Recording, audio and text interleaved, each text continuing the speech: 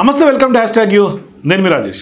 So ఇప్పుడు స్థానిక సంస్థల ఎన్నికలు ముంచుకొస్తున్నటువంటి నేపథ్యంలో కాంగ్రెస్ పార్టీకి అతి పెద్ద తలనొప్పి ఖచ్చితంగా జగిత్యాల మాజీ ఎమ్మెల్యేగా ఉన్నటువంటి జీవన్ రెడ్డి వ్యవహారం. ఎందుకంటే ఆయన గత కొంతకాలంగా అలకబూనినాడు. ఎందుకంటే ఆయన గతంలో పొంగులేటి ఆయన నియోజకవర్గం వచ్చి ఏం మాట్లాడాడు, ఎట్లా ఆయన స్వపక్షంలో ఉండి కూడా విపక్షంలాగానే వ్యవహరిస్తున్నటువంటి పరిస్థితి. ఎందుకంటే ఆయన అంత సీనియర్ నాయకుల్ని కాదని ఆ నియోజకవర్గంలో గెలిచినటువంటి బీఆర్ఎస్ పార్టీ ఎమ్మెల్యే డాక్టర్ సంజయ్ని కాంగ్రెస్లో వితౌట్ సమాచారం తీసుకోవటమే ఆయన అప్పటి నుంచి కొంత అగ్గి మీద గుగ్గిలం అవుతూ ఉన్నాడు. ఎంత సంజాయించినా అదంతా కూడా టెంపరీగానే కనిపిస్తుంది. పర్మనెంట్గా అయితే మాత్రం కాంగ్రెస్ పార్టీ కరడుగట్టినటువంటి లాయలిస్ట్గా ఉన్నటువంటి జీవన్ రెడ్డి అయితే మాత్రం ఆ వ్యవహారాన్ని జీర్ణించుకోలేకపోతున్నారు. అంటే మేము ఇంత కష్టకాలంలో ఉన్నప్పటికీ కూడా మా మీద ఇప్పుడు అధికారంలోకి రాగానే ఆధిపత్యం చెలాయించేందుకు ఇతర పార్టీల నుంచి వచ్చి ఆధిపత్యం చెలాయిస్తున్నారు. కాంగ్రెస్ పార్టీ కార్యకర్తలు అదేవిధంగా ఉన్నారు, కాంగ్రెస్ పార్టీ నాయకులు అదేవిధంగా ఉన్నారు. ఇట్లా రాష్ట్ర వ్యాప్తంగా చాలా నియోజకవర్గాల్లో ఈ పరిస్థితి ఉంది అనేది చాలా ఓపెన్గా చేసినటువంటి స్టేట్మెంట్స్ ఇవన్నీ కూడా. మరి ఆయన మళ్ళీ పార్లమెంట్ ఎన్నికల్లో కూడా అభ్యర్థిగా పోటీ చేసినటువంటి వ్యక్తి మళ్ళీ అయినప్పటికీ కూడా కొంత ఆయన ఓటమి పాలయ్యాడు. అది గెలుపోవటం అనేది రాజకీయాల్లో ఎవరికైనా సహజమే. ఇప్పుడు ఉన్నటువంటి సీఎం రేవంత్ రెడ్డి గారికి కూడా ఆ గెలుపోవటంలో తప్పలేదు, కేసీఆర్ గారికి కూడా తప్పలేదు. మరి ఇట్లా అంటే కేవలం ఒక గెలుపోటముల్ని బేస్ చేసుకొని ఆ యొక్క లీడర్షిప్ని డిసైడ్ చేసే పరిస్థితి ఉండదు. అట్లా డిసైడ్ చేస్తే చాలామంది రాజకీయాలు పనికి రాకుండా పోతారు.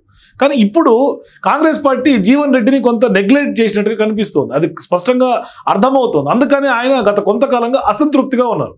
ఎప్పుడైతే సంజయ్ వచ్చాడో అప్పటి నుంచి ఆయన అసంతృప్తిగా ఉన్నాడు. సో ఇప్పుడు మళ్ళీ ఎందుకు జీవన్ రెడ్డి గురించి మనం చర్చించుకోవాలంటే ఈ యొక్క డాక్టర్ సంజయ్ వర్సెస్ జీవన్ రెడ్డి జగడం మళ్ళీ ఇప్పుడు తెర మీదకి వచ్చింది. ఏ విధంగా వచ్చింది అంటే స్థానిక సంస్థల ఎన్నికలు ఒకవైపు ముంచుకొస్తున్నటువంటి నేపథ్యంలో ఎప్పటికప్పుడు ఆయన జీవన్ రెడ్డి టైం వచ్చినప్పుడల్లా తన నిరసన తెలియజేస్తూ ఉన్నారు. సో మంత్రుల పర్యటన సందర్భంగా కానీ, పిసిసి చీఫ్ ప్రోగ్రామ్స్ ఉన్నప్పుడు కానీ, కార్యక్రమం ఏదైనా సంజయ్కి వ్యతిరేకంగా పార్టీ తీరుపైన తనదైనటువంటి స్టైల్లో తన గలం వినిపిస్తూ ఉన్నారు. ఇప్పుడు స్థానిక సంస్థల ఎన్నికలు వచ్చినటువంటి టైంలో ఖచ్చితంగా కాంగ్రెస్ పార్టీకి కొంత జుట్టు ఆయన చేతిలోకి దొరికింది. అందుకే ఇప్పుడు ఆయన మళ్ళీ బర్స్ట్ అయ్యారు. అంటే సంజయ్ పార్టీలోకి వచ్చినప్పటి నుంచి కొంత సీనియర్ నేత అయినటువంటి తనను పట్టించుకోవడం లేదన్న కారణంతో జీవన్ రెడ్డి రగిలిపోతూ ఉన్నారు ప్రతినిత్యం కూడా. మరి ఎమ్మెల్యే సంజయ్కి పార్టీ అట్లాగే ప్రభుత్వం సపోర్ట్ చేస్తున్నటువంటి నేపథ్యంలో జగిత్యాలలో ఆయన మాట చెల్లుబాటు కావట్లేదనే ఆవేదన ఆయన చెప్తూ ఉన్నారు. మరి ఇదే ఇప్పుడు జీవన్ రెడ్డికి అసలైనటువంటి వ్యవహారంగా మింగుడు పడినటువంటి వ్యవహారంగా కనిపిస్తుంది. మరి ఇంతకాలం తన మాట చెల్లుబాటు అయినటువంటి చోట మరొకరు, అది కూడా ప్రత్యర్థి పార్టీలో గెలిచి వచ్చినటువంటి ఆయన అజమాయిషి ఏంటన్నది ఇప్పుడు కొంత ఆయన బాధగా కనిపిస్తుంది. ఎప్పటికప్పుడు కొంత ఫ్రస్ట్రేట్ ఫీల్ అవుతున్నారు జీవన్ రెడ్డి. అందుకే ఆయన టైం వచ్చినప్పుడల్లా ఖచ్చితంగా సమయం చూసి మరీ ఎమ్మెల్యే సంజయ్ని టార్గెట్ చేస్తూ పనిలో పనిగా అటు ప్రభుత్వం ఇటు పార్టీ పైన కూడా ఆయన అటాక్ చేస్తున్నటువంటి పరిస్థితులు. మరి లేటెస్ట్గా జీవన్ రెడ్డి చేసినటువంటి కామెంట్స్ మరోసారి రాష్ట్ర రాజకీయాలు చర్చనీయాంశంగా మారాయి. అధికారం వచ్చిన తర్వాత తరిమి కొట్టాలంటూ జీవన్ రెడ్డి ఘాటుగా రియాక్ట్ అయ్యారు. మరి కాంగ్రెస్ లీడర్ అవ్వాలంటే ఓపిక కావాలంటూ తన సీనియారిటీ సిన్సియారిటీ తానే పెద్దపీట వేసుకునేలా హాట్ కామెంట్స్ చేశారు. అంటే ప్రతిపక్షంలో 10 ఏళ్ళు కష్టపడి పనిచేస్తే తీరా ఇప్పుడు తినే టైంలో వేరే కూడా వస్తే ఊరుకుంటామా అంటూ ఆయన మరొక్కసారి డాక్టర్ సంజయ్ని టార్గెట్ చేసి కామెంట్స్ చేశారు. అంతేకాదు పార్టీలోకి కొత్తగా దూరిన వాళ్ళను కూడా తరిమి కొట్టాలంటూ కూడా క్యాడర్కి ఆయన పిలుపునిచ్చారు. సో ఇప్పుడు పార్టీ కోసం కష్టపడినటువంటి వారిని కాదని కొత్తగా వచ్చినటువంటి వాళ్ళని అందరం ఎక్కించడం ఏంటంటూ కూడా ఆయన పార్టీ నాయకత్వం తీరుపైన కూడా కొంత విమర్శ చేశారు. ఒకవైపు ఆయన నాయకత్వ తీరు నవ్వులు పాలు చేస్తుందనే అంశం మీద కూడా ఆయన ఫైర్ అయ్యారు.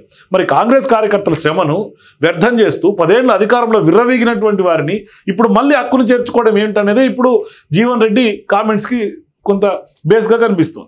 అంటే స్థానిక సంస్థల ఎన్నికలు ఒకవైపు వస్తున్నటువంటి సందర్భంగా కష్టపడ్డ క్యాడర్కు గుర్తింపు లేదని జీవన్ రెడ్డి చేసినటువంటి వ్యాఖ్యలు సీరియస్గానే చర్చకు దారితీస్తూ ఉంది. మరి ఎమ్మెల్యే వర్గానికి ఎక్కువ టికెట్లు ఇచ్చే అవకాశం ఉంటుందని అనేటువంటి నేపథ్యంలోనే జీవన్ రెడ్డి మరోసారి బరెస్ట్ అయ్యారనే టాక్ కూడా ప్రధానంగా పొలిటికల్ సర్కిల్స్లో వినిపిస్తుంది. మరి ఇప్పుడు స్థానిక పోరులో తన వర్గం నేతలను ఎంపీటీసీలుగా జెడ్పీటీసీలుగా గెలిపించుకోవాలన్నది కూడా ఇప్పుడు జీవన్ రెడ్డి స్కెచ్ వేసినట్టుగా కనిపిస్తుంది. అయితే ఇందులో భాగంగానే జీవన్ రెడ్డి సొంత పార్టీ పైన విమర్శలు గుప్పిస్తున్నటువంటి క్రమంలో ఇప్పుడు మాజీ సీఎం కేసీఆర్ పైన కూడా పొగడ్తలు గుప్పించడం కూడా కొంత చర్చనీయాంశంగా మారుతుంది. అంటే అభివృద్ధి విషయంలో కేసీఆర్ స్వపక్షం విపక్షం అనే తేడా లేకుండా వ్యవహరించారన్నది ఆయన చెప్తూ ఉన్నారు. ఇప్పుడు జై కేసీఆర్ అని కూడా జీవన్ రెడ్డి అంటూ ఉన్నారు. 2014లో సీఎం హోదాలో కేసీఆర్ కరీంనగర్లో సమీక్షా సమావేశం ఏర్పాటు చేస్తే కాంగ్రెస్ ఎమ్మెల్యేగా ఉన్న తన ప్రసంగంతో మీటింగ్ను ప్రారంభించారని కూడా జీవన్ రెడ్డి ఆనాటి తీపి గుర్తులు గుర్తు చేసుకుంటూ ఉన్నారు. మరి కేసీఆర్ కరెక్టు, అంటే ప్రజాస్వామ్యంలో కేసీఆర్ కరెక్ట్ అని ఆయన చెప్తున్నాడు ఇప్పుడు ఒక రకంగా. మరి జగిత్యాల అభివృద్ధిలో భాగంగా జోర్నవెల్లి చిన్న బెల్లాల బ్రిడ్జ్ మంజూరు చేయాలని కోరితే 5 నిమిషాల్లో 70 కోట్ల రూపాయలను శాంక్షన్ చేశారన్నది కూడా ఇవాళ కేసీఆర్కి జై కొడుతున్నట్టుగా ఈ జీవన్ రెడ్డి చేసినటువంటి వ్యాఖ్యలు. ఇలా మాజీ సీఎం కేసీఆర్ ఇప్పుడు జీవన్ రెడ్డి పొగడ్తలతో ముంచెత్తినటువంటి సందర్భంగా సంజయ్ వర్గం కొంత ఆగ్రహంలో రగిలిపోతున్నట్టుగా మనకు కనిపిస్తుంది. మరి ఇప్పుడు లోకల్ బాడీ ఎన్నికల టైంలో జీవన్ రెడ్డి మళ్ళీ వాయిస్ రైజ్ చేయడం కాంగ్రెస్ పార్టీలో గ్రూప్ వారికి ఖచ్చితంగా ఒక రకంగా ఈ గ్రూప్ వారే పెద్దలకు హెడ్ఏక్గా కాంగ్రెస్ పార్టీకి మారిందని స్పష్టంగా అర్థమవుతుంది. అంటే జీవన్ రెడ్డి ఒక రకంగా సీనియర్ లీడరు, ఆయన వర్గానికి కాకుండా ఎమ్మెల్యేతో వచ్చినటువంటి వారికి స్థానిక సంస్థల ఎన్నికల్లో టికెట్లు ఇస్తే జీవన్ రెడ్డి ఒప్పుకునే పరిస్థితి అస్సలు ఉండదు. పోనీ ఎమ్మెల్యే సంజయ్ వర్గం కూడా కాంప్రమైజ్ అయ్యే సిచ్యువేషన్ కూడా ఉంటుందంటే అది కూడా కనిపించడం లేదు. మరి ఇట్లా ఓవైపు పార్టీ సీనియర్ నాయకుడు, ఖచ్చితంగా లాయలిస్టు, కాంగ్రెస్ పార్టీ నమ్ముకున్నటువంటి వ్యక్తి ఇప్పటికా డాక్టర్ సంజయ్ తీసుకుంటేనే జీర్ణించుకోలేదు. మరి ఇప్పుడు సిట్టింగ్ ఎమ్మెల్యేగా ఉన్నటువంటి వాళ్ళకి ఇప్పుడు సీట్లు కేటాయిస్తే ఎట్లా ఉంటుంది పరిస్థితి కూడా కొంత $1 బిలియన్ క్వశ్చన్. ఎందుకంటే సిట్టింగ్ ఎమ్మెల్యే ఎవరి మద్దతు ఇవ్వాలో కూడా తెలియనటువంటి నేతలు కూడా ఇప్పుడు తలలు పట్టుకుంటున్నటువంటి సందర్భం ఉంది. అంటే ఒక్క జగిత్యాలనే కాదు, పార్టీ మారినటువంటి ఎమ్మెల్యేలు ఉన్నటువంటి ఆ యొక్క 10 నియోజకవర్గాల్లో కూడా ఇప్పుడు స్థానిక సంస్థల ఎన్నికలు కాంగ్రెస్ పార్టీకి ఒక రకంగా ఆ పార్టీ అధినాయకత్వానికి, పార్టీ హెడ్స్కి కొంత హెడ్ఏక్గానే మారుతుందని స్పష్టంగా చెప్పాలి. మొత్తానికి మళ్ళీ మొదలైనటువంటి జగిత్యాలలో ఈ జగడం అంటే డాక్టర్ సంజయ్ వర్సెస్ జీవన్ రెడ్డి ఎటుదారి తీస్తుంది. ఎందుకంటే కాంగ్రెస్ పార్టీ ఆయనకి ఎప్పుడు కొంత ఆయనకు ఆగ్రహం వచ్చినా కూల్ చేస్తుంది, టెంపరీగా నీళ్లు చల్లుతోంది. ఓవైపు శ్రీధర్ బాబు లేదంటే ఇట్లా కొంతమంది మంత్రులు వెళ్ళి కూల్ చేస్తూ ఉన్నారు. మరి ఇప్పుడు స్థానిక సంస్థల ఎన్నికల టైంలో ఆయన కనుక మళ్ళీ బరిష్ట అయితే, లేదు ఒప్పుకోకపోతే, మరి ఇప్పటికే గతంలో ఆయన కాంగ్రెస్ పార్టీకి రాజీనామా చేసేదాకా వెళ్ళి ఎన్నికకి వచ్చాడు. మరొకసారి ఏమైనా రాజీనామా చేసే అవకాశం ఉంటుంది. ఎందుకంటే ఇప్పుడు కేసీఆర్ గారిని పొగిడి ఆయన బహిరంగంగా చేసినటువంటి వ్యాఖ్యలు చూస్తే ఖచ్చితంగా ఏమన్నా ఇప్పుడు అక్కడ బీఆర్ఎస్ పార్టీకి కూడా అక్కడ నాయకత్వం లేమి ఉంది. ఈయన సీనియర్ నాయకుడు, గతంలో కేసీఆర్తో కూడా కొంత అసెంబ్లీలో మండలిలో కొంత కలిసి పనిచేసినటువంటి అనుభవం ఉంది, కొంత చట్టసభల్లో పనిచేసినటువంటి సుదీర్ఘ అనుభవం ఉంది. కాంగ్రెస్ పార్టీ కష్టకాలంలో కూడా ఆయన ఎమ్మెల్సీగా ఎవరూ పోటీ చేయనటువంటి నేపథ్యంలో ఆయన పోటీ చేసి గెలిచి సత్తా చాటుకున్నటువంటి ఘనత కూడా జీవన్ రెడ్డి. మరి ఇటువంటి తరుణంలో ఆయన కేసీఆర్ గారిని పొగిడినటువంటి వ్యవహారం చూస్తూ ఉంటే ఆయన ఏమన్నా కాంగ్రెస్ పార్టీకి గుడ్ బై చెప్పేసి నెక్స్ట్ బీఆర్ఎస్లోకి ఏమన్నా వెళ్ళే అవకాశాలు ఏమైనా ఉంటాయన్న చర్చ కూడా పొలిటికల్ సర్కిల్స్లో ఉంది.